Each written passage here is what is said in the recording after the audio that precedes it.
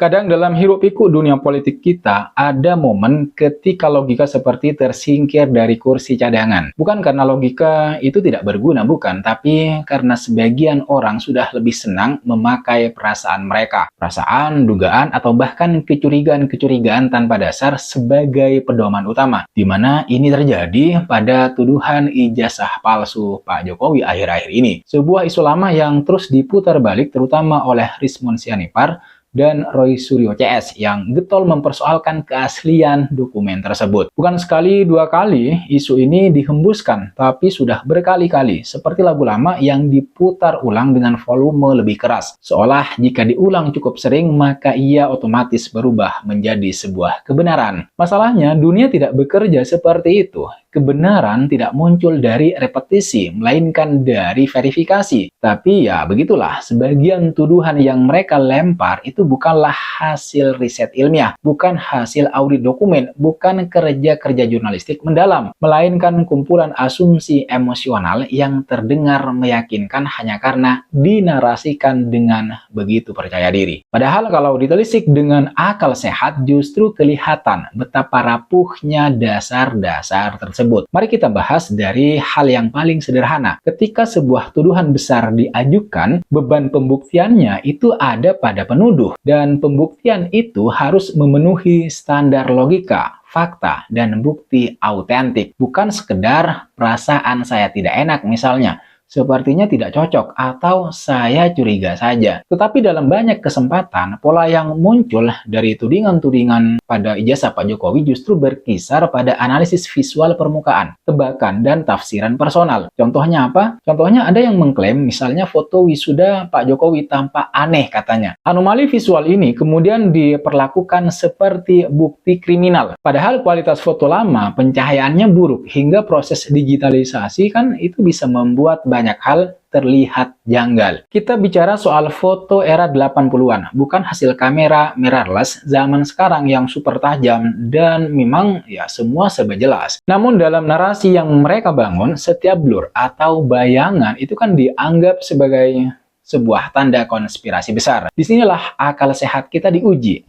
Apakah benar sedetil itu sebuah skenario pemalsuan dibuat? Atau hanya tafsiran berlebihan yang dibungkus dengan bahasa serius. Lalu ada lagi argumen tentang perbedaan tanda tangan atau perbedaan pada gaya penulisan di dokumen-dokumen tertentu. Masalahnya siapapun yang pernah tanda tangan di hari Senin pagi dan kemudian tanda tangan lagi saat lelah misalnya di Jumat sore, tahu bahwa bentuk tanda tangan manusia itu bisa sangat variatif. Itu bukan teori konspirasi, itu hanya hidup. Tetapi entah bagaimana dalam narasi mereka, dinamika alami manusia berubah menjadi kejanggalan kecurigaan. Dan yang sering dijadikan amunisi adalah kesalahan administratif atau prosedural dalam arsip pendidikan. Padahal semua orang yang pernah berurusan dengan birokrasi, terutama di negara kita Indonesia begitu, paham betul betapa sering tuh institusi keliru menulis nama, misalnya salah memasukkan data atau menggunakan format berbeda dari tahun ke tahun karena sistem selalu berubah. Hal seperti itu terjadi di berbagai kampus dan sekolah tentu saja. Namun dalam perspektif kelompok yang sudah curiga duluan, teman-teman, kesalahan kecil dianggap sebagai bukti raksasa. Ini ibarat menemukan kesalahan ketik misalnya di ijazah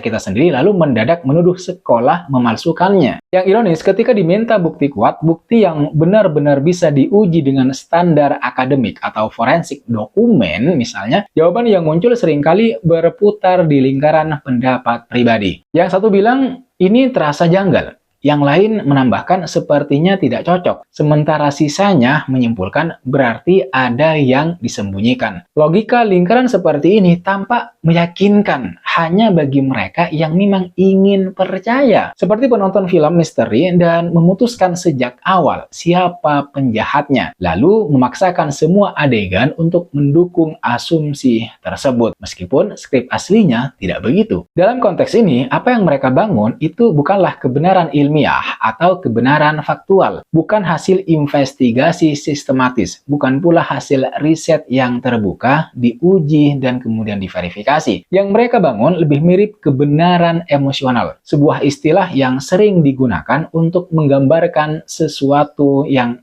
rasa benar bagi seseorang, meski tidak ada bukti yang mendukungnya. Masalahnya, kebenaran emosional bukanlah kebenaran faktual, itu persoalannya. Kebenaran emosional hanya memuaskan perasaan, sementara kebenaran faktual itu memuaskan akal sehat dan logika. Dan disinilah intinya, ketika opini, prasangka, atau dugaan personal dinaikkan menjadi tuduhan publik tanpa pijakan yang kuat, maka sebenarnya yang diserang bukan hanya target tuduhannya, tetapi juga akal sehat masyarakat, akal sehat kita. Kita seolah diajak untuk percaya bahwa institusi sebesar universitas, lembaga pendidikan nasional, hingga pejabat negara itu berkolusi selama puluhan tahun hanya untuk memalsukan satu dokumen saja. Logikanya melompat-lompat, tetapi narasi seperti ini itu memang sengaja dibuat dramatis. Untuk apa? Ya, untuk menarik simpati emosional. Padahal, jika sekedar menggunakan nalar sederhana, teman-teman, memalsukan ijazah presiden itu bukan perkara yang bisa disembunyikan dengan rapi. Puluhan dosen, ratusan teman seangkatan, staf kampus, arsip akademik, catatan universitas, hingga alumni lain itu akan terlibat. Tidak ada konspirasi sebesar itu yang bisa bertahan puluhan tahun tanpa ada satupun bukti fisik nyata, selain screenshot yang ditafsirkan seenaknya atau foto yang dianalisis dengan imajinasi liar. Yang paling menyedihkan adalah ketika perdebatan soal ijazah ini terus dijadikan panggung politik. Itu yang ironis. Seolah-olah isu administratif itu bisa menjadi pintu masuk untuk merusak reputasi seseorang tanpa harus debat visi, gagasan, atau kinerja. Padahal untuk mengkritik kebijakan presiden misalnya ada banyak ruang. Kritik ekonomi, kebijakan sosial, pembangunan, isu lingkungan, atau transparansi. Tetapi yang dipilih justru jalur paling dangkal menurut saya, mempersoalkan dokumen pendidikan. Dan seperti biasa, isu semacam ini itu menyebar di media sosial jauh lebih cepat daripada klarifikasi. Karena tuduhan selalu lebih sensasional daripada kebenaran. Jokowi memalsukan ijazah tentu lebih menarik klik daripada tudingan tidak terbukti. Ini fenomena klasik. Kebohongan berlari maraton, kebenaran berjalan kaki. Jika kita lihat secara lebih luas, pola yang dilakukan Rismond, Roy Suryo CS, dan kelompok serupa itu bukan hanya soal dokumen, tapi soal membangun cara berpikir tertentu. Cara berpikir bahwa kecurigaan saya adalah bukti. Bahwa jika saya merasa aneh berarti pasti ada konspirasi. Bahwa ketidaksesuaian kecil adalah tanda pemalsuan besar. Cara berpikir seperti ini tidak hanya salah, tapi juga berbahaya karena membuka pintu bagi misinformasi, teori konspirasi, dan hilangnya kepercayaan pada institusi politik atau institusi publik. Akal sehat bekerja dengan menimbang informasi, bukan menelan mentah-mentah. Ketika seseorang menuduh misalnya, kita bertanya, apa buktinya? Bagaimana proses verifikasinya? Siapa analis independennya? Apakah dokumen asli pernah diperiksa? Apakah ahli forensik dokumen dilibatkan? Tanpa itu semua, tuduhan besar hanya menjadi teatrikal opini kosong. Dan tentu saja, setiap warga negara berhak untuk mengkritik presiden. Berhak, siapapun presidennya. Itu bagian dari demokrasi. Tetapi kritik tanpa dasar justru memperburuk kualitas demokrasi. Karena alih-alih mendorong diskusi rasional, ia hanya menciptakan kebisingan. Jadinya kita sibuk berdebat tentang hal-hal yang seharusnya sudah selesai sejak awal. Jika ada yang mengatakan bahwa membela akal sehat berarti membela presiden, atau dalam konteks ini mantan presiden, itu keliru. Membela akal sehat berarti membela cara berpikir yang benar. Apapun posisi politik kita. Jika hari ini kita membiarkan tuduhan tanpa dasar, besok orang lain akan memakai taktik yang sama pada politisi lain, pejabat lain, bahkan mungkin warga biasa. Kita sedang menciptakan budaya kecurigaan sebagai senjata politik. Dalam dunia ideal, perdebatan publik itu didasarkan pada data,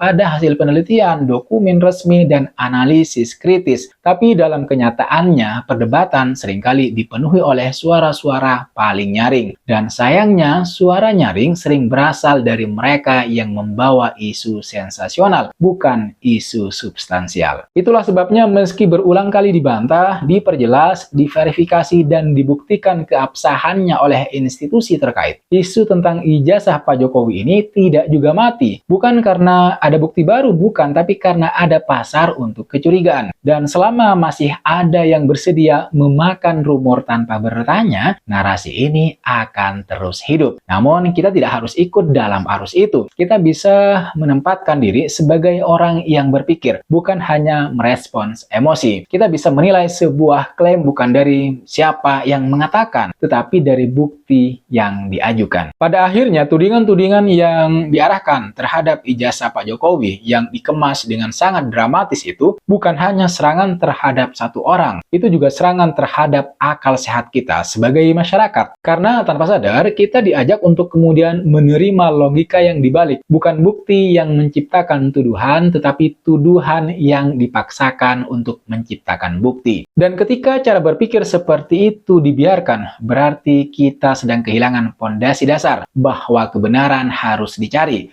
bukan diciptakan, bahwa fakta harus diverifikasi, bukan dibayangkan, bahwa akal sehat harus dipakai, bukan ditinggalkan. Jadi, bila kita melihat kembali semua argumen yang dilontarkan oleh Rizmon Sianipar, misalnya Roy Suryo CS, dan mereka yang sehaluan, terasa jelas bahwa yang mereka tawarkan bukan pencarian kebenaran, bukan, melainkan pencarian pembenaran atas prasangka yang sudah ada. Mereka bukan membangun jembatan logika, tapi membangun panggung drama. Dan disinilah kita sebagai masyarakat perlu memilih apakah kita mengikuti panggung tersebut atau tetap berdiri bersama akal sehat. Karena pada akhirnya kebenaran tidak membutuhkan suara paling keras. Ia hanya membutuhkan mereka yang mau berpikir. Saya kira itu yang bisa kita bahas di video kali ini. Jangan lupa untuk like dan share serta subscribe channel Lativisme agar tidak ketinggalan analisis-analisis politik menarik lainnya, tentu saja yang terbaru. Terima kasih sudah menonton video ini sampai selesai. Sekali lagi jangan lupa like, comment, dan subscribe, nyalakan notifnya. I'll see you pada next video.